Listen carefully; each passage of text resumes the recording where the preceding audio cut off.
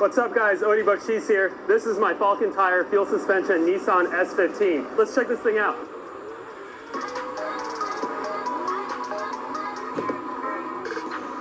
I'm very proud of this thing, and it's quite different than my previous S chassis. Like the S14 right next to it is a chassis I've driven since 2011.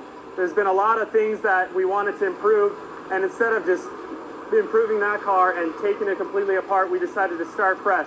We are running the same drivetrain, basically the same engine as I've been running before, Texas Speed 427 cubic inch V8, supercharged with a Vortec YSI blower, and just to give it that little edge and more responsiveness than it already has, some nitrous sprayed at it. The front end on this car is as light as I can make it. That was kind of the whole emphasis of starting scratch.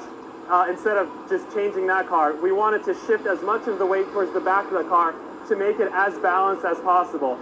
Engine on this is moved back quite a ways from a typical S chassis. So if you look at the motor, if you go to the engine bay, that intake manifold is almost touching the firewall. We just went as far back as we could. We moved the seat back probably a good 5.5 inches. Everything moved along with me, meaning the pedals, the steering column. So it wasn't just my weight we moved back, we were able to move basically all the other heavy components that allow us to handle the car, through any circumstance. We even try to cut down on hardware that is not needed. Check out the headlights. Those are S15 headlight lenses. We don't even run the whole headlight, it's too heavy.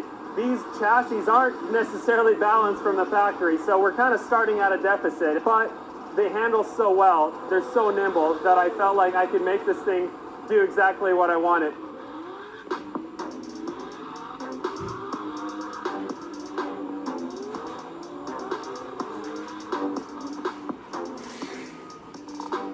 Check this out. We're using a very lightweight pedal box. It's made by OBP Motorsports. The pedal box is there, but the reservoirs for the fluid is actually behind my seat. I figured, hey, why not? Let's move it somewhere where it's actually easier to access and shift the weight back. Ergonomics of the car are really comfortable. The visibility is great. We put some nice Lexan windows in here to keep me safe, keep all the debris out. I've been breathing enough rubber through the years. Dashboard is a dry carbon dashboard made by Monster Service. It's super lightweight. It looks cool because it's got the OEM contour still. It mimics what an S15 dash looks like, but this is a left-hand drive dashboard because we converted this S15 to be left-hand drive. But the dashboard and the cleanliness all just make it look like it's natively supposed to be left-hand drive. GSR 4-speed dog box, simple, made in the US. Parts are easy to attain and it's easy to work on. Made it to a QuickTime bell housing, that's made it to my 427 cubic inch engine. All right, so moving towards the back of the car, we got a Radium fuel cell with their surge tank. It works really well. We don't have to be too hyper-focused if the fuel level drops. Ken Racing expansion tank and overflow. I'm really proud of this unit because it's all built as one, so you have less plumbing, less separate containers. So actually, the entire bodywork on this is carbon Kevlar. It's just painted because we run the Falken teal and blue livery, but it's all either dry carbon or carbon Kevlar, which makes it, super flexible and very sturdy at the same time. We run a cool suit. This is strategically moved towards the back of the car for that weight distribution purpose, and we wanted something that's easy to get in and out of because we're always continually adding ice to here. It does have a little heat shield so the fans aren't just absolutely melting it.